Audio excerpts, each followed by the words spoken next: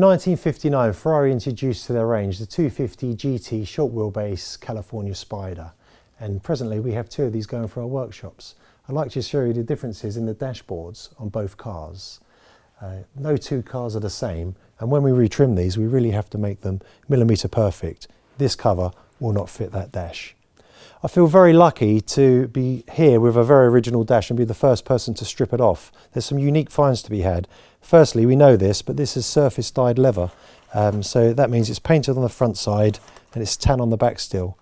The second dash we have here has been trimmed in the wrong hide. It's been through dyed, so it's black all the way through.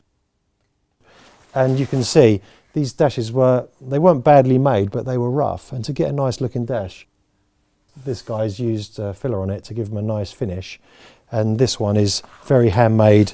You see the weld marks and how it's bashed. I'm going to show you this original cover on this dash and show you the differences in the alignments of the holes.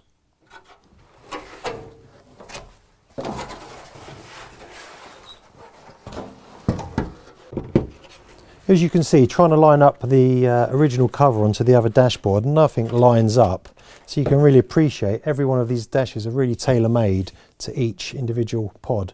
And to get these out nicely, is you can't use the old cover at all as a pattern, where it's shrunk over the years and distorted. But great to see. And also, where the air vents cut, actually very close to this binnacle. You can see it. It's on the original dash, it's probably 2 inches further across.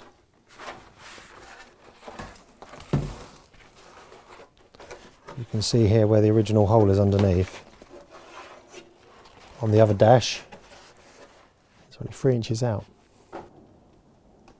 A detail I find interesting is the previous trimmer has made this nice Mickey Mouse eared aluminium template to go into this binnacle surround, and he's skived the edges, folded it around, glued it on there and dropped that in there.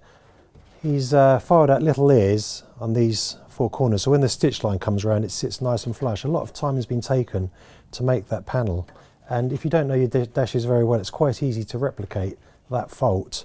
The original ones were nothing as sexy as what you've just seen there.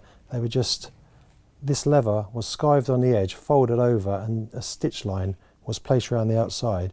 As you can see, they haven't doctored any little ear holes to sit nicely. That was as sexy as it got. This is what we will recreate.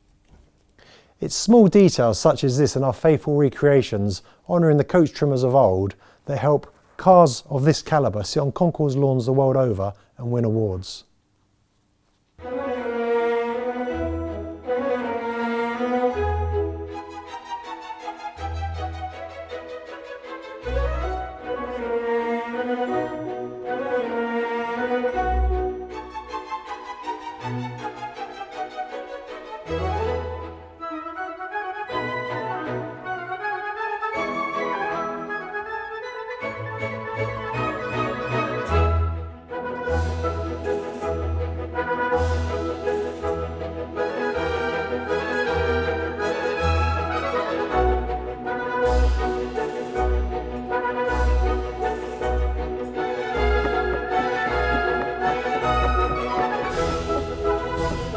Here we have 2 dashboards that are leaving us in original spec. When they came to us, they were both very different. This one was completely original. The second one was trimmed in its past life, and a few upgrades were made. They were sensible upgrades that left the finished product a lot nicer than it left the factory, but we're into originality and getting the job perfect. So we've put both these dashes back to original, and a difficult aspect of these dashboards to get right and get beautiful are the binnacle shapes here, to match this with the leather that's wrapped around and to get this shape in one piece, so there's no join underneath. Sometimes you see a trimmer gets a bit too much material build up around here and they cut it off and do a little secret seam. We've managed to get these out with a lot of skill and love, and to have these look perfect so you'd like to crest them for the rest of your life. I'm very pleased with them and look forward to seeing them in the car.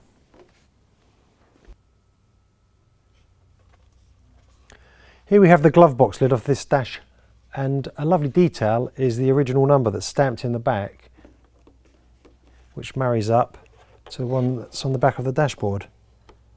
You can see these left the factory a married pair and fit bespokely perfect.